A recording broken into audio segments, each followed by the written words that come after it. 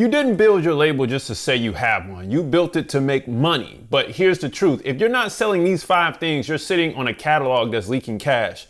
Most indie labels are sitting on thousands in unused assets because they don't know how to package their music the right way.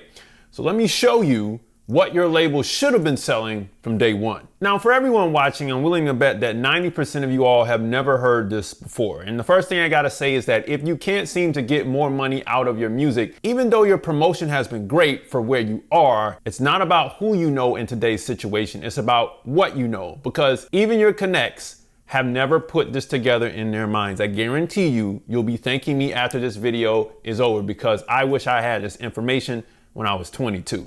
I really do wish I had this. Anybody who wants to pull more revenue out of their music without producing a bunch of extra materials and products, this is for you. All I'm here to do is to help you understand that your album is a gold mine. If you know how to mine this value properly, then we're gonna make some money. Now I gotta say, when I figured all this stuff out, it wasn't because somebody taught me it, right? It was because I had to put all of the pieces together. It would take me really all 20 of my years in the game to make this work. Nobody had ever expressed this to me, what I'm about to tell you today, not because they were gatekeeping, but because they never saw it. Everyone's too busy chasing streams to see the gold that they're actually sitting on. So you may want to stick and stay because we got to cover D2C, sync, remixes, production stems, and educational assets.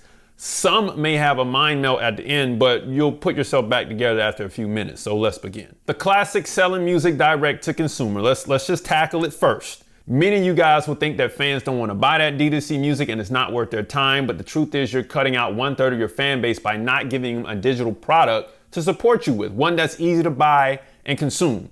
And the only reason that you can't get past this step is because you think every fan belongs in the Shopify basket. We've been over this before. That's the key to income failure in this business. Once Chris and Mag over at Even explained how D2C buyers are supporters, my whole world opened up another notch. It really did. So take your album and build its assets just like a physical album. Liner notes, contacts, credits, thank yous. You can even do this in video form to take it over the top. Drop the actual contacts and social media pages of everybody you work with to create the album.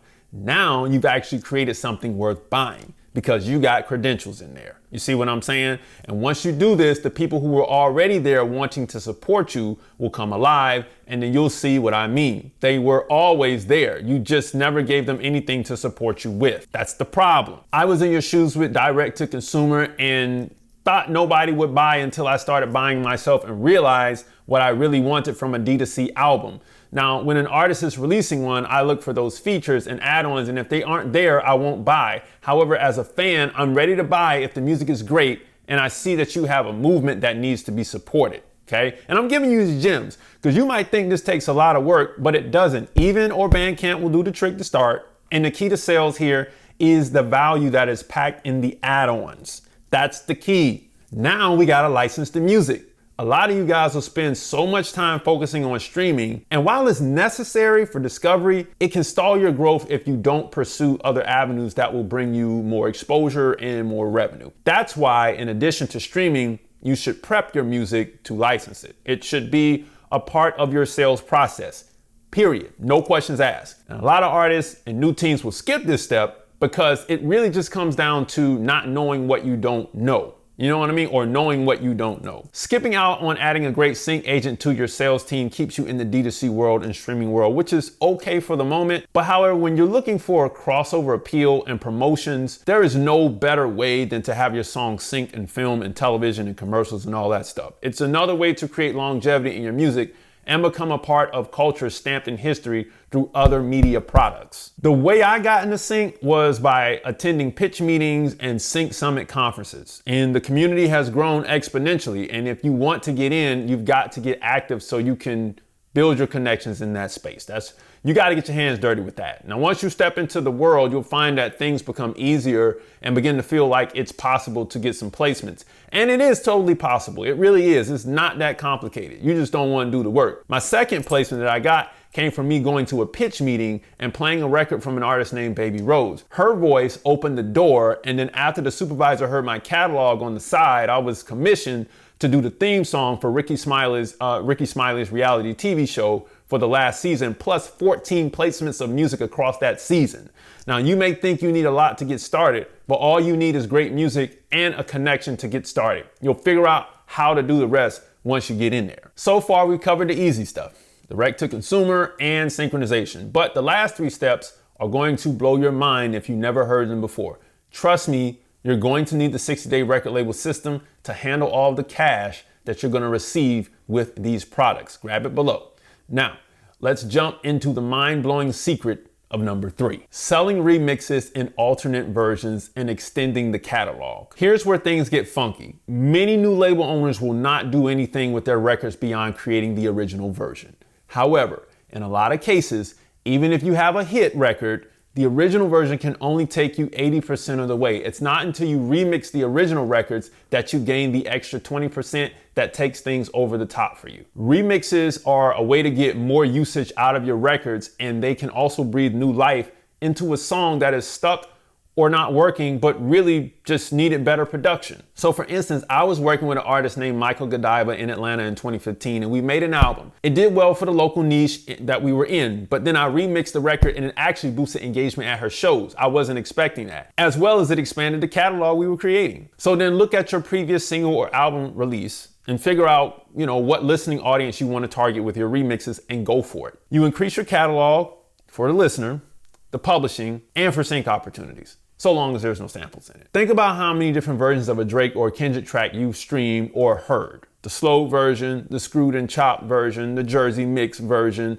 Remixes keep your songs alive. And guess what? They do the same for your catalog. So if you're thinking, how many should you do? As many as you'd like. And with AI, remixing your songs becomes even more enjoyable. It really does. You know what I mean? You could, this just hit me off the top. You could actually remix all of your songs in AI. Now, obviously you wouldn't be able to extend your catalog that way because of the rights with it, but you would be able to extend it for other uses in other areas. Obviously you can upload this stuff, but the copyright is kind of where we lose. We can still make money with them suckers. Anyway, secret number 4 is we got to sell some stems, acapellas, and instrumentals, because in addition to remixing, it's always great to sell the option for other remixers to get in on the action. Now, many artists want to prevent remixing. However, you can't. People are going to do it anyway. So you might as well meet them where they are and sell them the tools to do it. AI stem creation is never going to be as high quality as your stems and one-shots pulled directly from the song, uncompressed and mastered. You see what I'm saying? Many artists will feel like they are selling out the art. However, I see it as a golden opportunity for sample clearances that can be done in-house, creating more income generation for your label.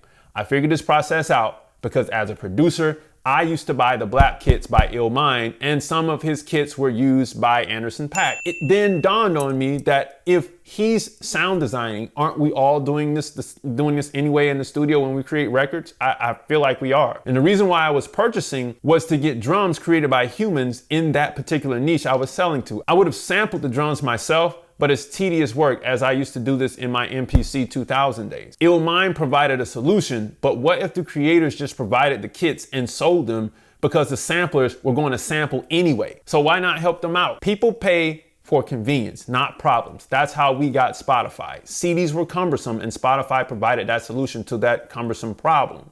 You see what I'm saying? For the consumer, that is. So once you do this, you create additional revenue streams from the single album you created. And you won't necessarily have to create a new product. You're just leveraging the single creation you made, which was the album. You see what I'm saying? I used to think that this was blasphemous to creators. But at the end of the day, as a sampler who sampled, I used to buy Timbaland and RZA drum kits off eBay, that were just lifted from the original records anyway. You know what I mean? These are them, or these are those, right? Here's my Just Blaze kit. I found these digging in my stash. My Mobb Deep kit, my Alchemist kit. I got these off eBay. My DJ Premier drum library back in my MPC 2000 XL days, just to put them on a zip disk. You know what I'm saying? So the underground market will look to take all of that profit illegally anyway. They're already doing it illegally anyway. Are you gonna sit on the side and let them make all your profit, or are you gonna profit from the same market they're selling to? Why let them do that when you could offer it directly to the people who want it anyway? The other creators will never be you anyway, and selling stems is like giving out Lego blocks. People want to build something new, but they still need your bricks. You see what I'm saying? You may think this will be a tedious task, but all you're doing is putting up stems in a zip folder and selling it on your website. How hard is that to do?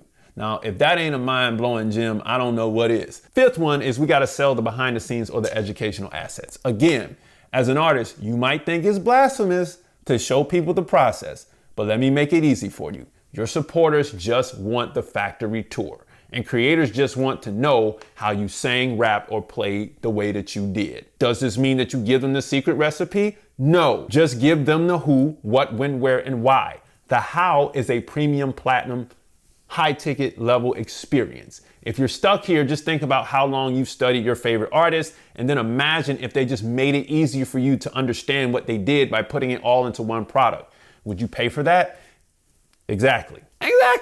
In order to come up with this solution, I had to look at my buying habits, because in order to become a good seller of your music and music experiences, you have to become a great buyer of music and music experiences and music products. Otherwise, you will not know how to provide a great experience for your customers.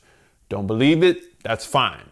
But you'll learn once your products don't sell like you expected them to. Film a studio session or two, pick out the highlights, then shoot a second video talking about the highlights, kind of like a reaction video. Drop the highlights during the months that you're talking about them, right, or promoting the project, and now you have an educational asset in addition to the album credit visuals we talked about earlier in the video. Compile them and you have a documentary. I don't even know if I should put this video out, but if you got this far, then chances are I already put it out. The thing is, fans will become diehards because you provided amazing experiences for them. Again, as a creator, it may feel wrong to give this insight, but as an aspiring creator, you'll take anything you can get. And if you all remember my chair example from last month, you'll know what I'm talking about. On another note, to express this more, in Atlanta, the home of Chick-fil-A, they have a factory tour, right? Check it out. Do they give the secret recipe away?